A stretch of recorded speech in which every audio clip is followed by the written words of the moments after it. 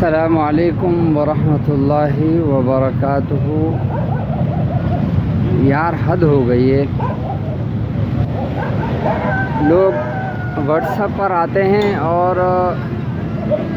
السلام علیکم کہہ کے چلے جاتے ہیں، پھر جب ان سے کہا جائے وعلیکم السلام تو تھوڑی دیر کے بعد پھر آتے ہیں اور پھر پوچھتے ہیں سر خیریت سے ہیں؟ پھر ان سے کہا جاتا ہے ہاں میں خیریت سے ہوں۔ تھوڑی دیر کے بعد یا ایک دن کے بعد پھر آتے ہیں واٹس ایپ کے اوپر اور کہتے ہیں جی سر آپ کیا کرتے ہیں؟ بالکل حد ہو گئی ہے۔ ہم پاکستانیوں کے لیے سر ریحان اللہ والا صاحب نے تعارف اپنا کیسے کرائیں، اور واٹس ایپ پہ کسی پہ ہم بات کر رہے ہیں، کسی کو میسج کر رہے ہیں تو کم از کم یہ ہمیں آداب ہونی چاہیے۔ السلام علیکم کہنے کے بعد اپنا تعارف کرائیں،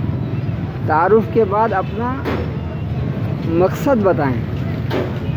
اور اس کے بعد جو ہے تاکہ آپ کی وجہ سے کسی کو تکلیف نہ ہو اور آپ کا جو مقصد ہے وہ بھی پورا ہو جائے۔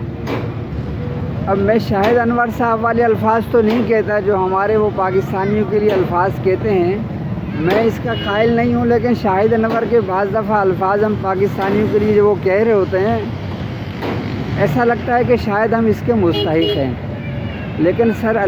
ریحان اللہ والا صاحب نے بہت تفصیل کے ساتھ بتایا ہوا ہے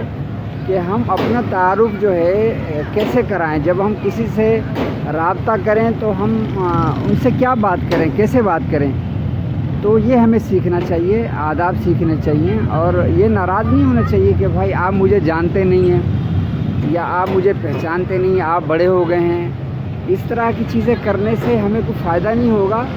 اور کریٹیسزم کرنے سے ہماری اپنی ویلیو کم ہوگی، اور ہم اس شخص سے جس سے ہم رابطہ کر رہے ہیں اس سے سیکھ نہیں سکیں گے، اور اس سے ہم محروم ہو جائیں گے۔